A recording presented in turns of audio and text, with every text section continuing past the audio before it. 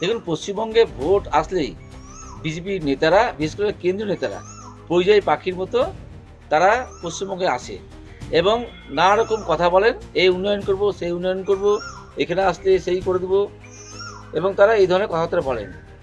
তাদের অমিত শাহ স্বরাষ্ট্রমন্ত্রী, তিনি পশ্চিমবঙ্গে এসেছিলেন, তিনি বলেছেন মহিলাদের উন্নয়ন করব, বেকারত্বের উন্নয়ন করব, এই ধরনের কথা তারা বলছেন। কেন্দ্রে তারা দীর্ঘদিন ধরে আছেন, বিভিন্ন রাজ্যেও তারা রয়েছেন, সেখানে কোনো উন্নয়ন নেই, বেকারত্ব নেই, প্রচুর মানুষের চাকরি দিব কথা বলে চাকরিতে পারছে না। ভোট চলে তারা উড়ে চলে যায়। যেমন দেখতে পাবেন বসন্তর টাইমে, শীতের টাইমে পরিযায়ী পাখি বিভিন্ন জায়গায়, সমুদ্রের ধারে, নদীর ধারে, বাগানে যে ঘুরে বেড়ায়, সেভাবে বিজেপি ভোটের টাইমে দিল্লি থেকে হেলিকপ্টার করে এসে পশ্চিমবঙ্গের কোনায় কোনায় ঘুরে বেড়ায়। বিপদের টাইমে কোনো দিন দেখতে পাবেন না। কর্মসংস্থান কথা বলে না, বিজেপি একটাই কথা বলে, শুধুমাত্র ধর্মে।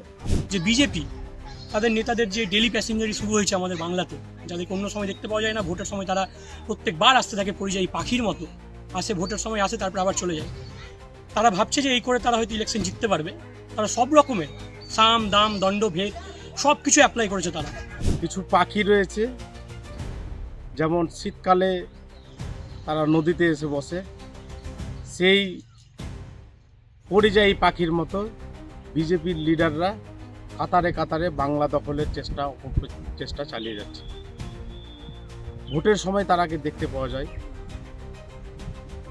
মানুষের সুখে দুঃখে তারা থাকে না, শুধু ভোট আসলে কাতারে কাতারে গুজরাটি, কাতারে কাতারে নন বেঙ্গলি, যারা বাংলার কৃষ্টি কালচার জানে না, তারা এসে ভোট ভিক্ষা করে।